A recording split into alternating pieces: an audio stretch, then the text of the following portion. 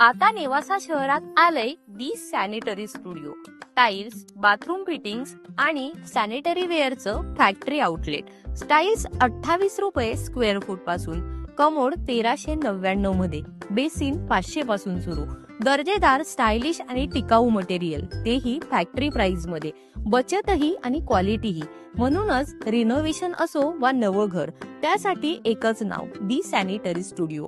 आपल्या शोरूमचा पत्ता दी sanitary studio, Shri पावन गणपती मंदिरासमोर, नेवासा फाटा रोड, नेवासा, जिल्हा अहिल्यानगर. त्यामुळे आता उशीर करू नका, आजच भेट द्या दी सॅनिटरी स्टुडिओला. उत्तर पुणे जिल्हा हा बिबट्याचा हॉटस्पॉट बनला असून त्याच्या दहशतीनं ग्रामस्थ भयभीत झाल्याचं चित्र आहे.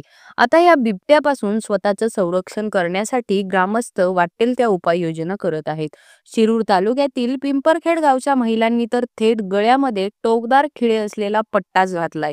बिबट्या प्रामुख्याने मानेवर हल्ला करून नरडीचा घोट घेतो. अशा प्रसंगी शेतात राबताना बिबट्याने आपली शिकार करू नये म्हणून महिलांनी टोकदार खिळे असलेला पट्टा गळ्यात घातल्याचं चित्र आहे.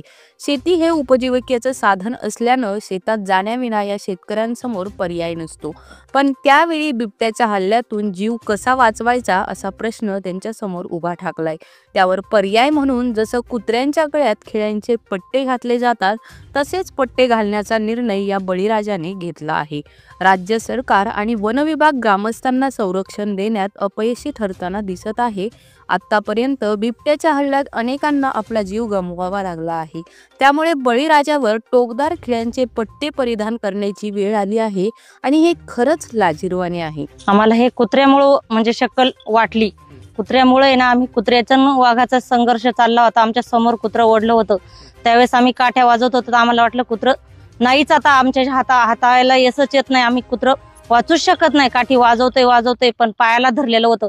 त्यांनी हे वाघाला असं संघर्ष नाही करता आला का बा मानाला पकडीन का हे करीन. हे खिळे असल्यामुळं, आमच्या कुत्र्याच्या पट्टा असल्यामुळं कुत्रं आमचं वाचलंय.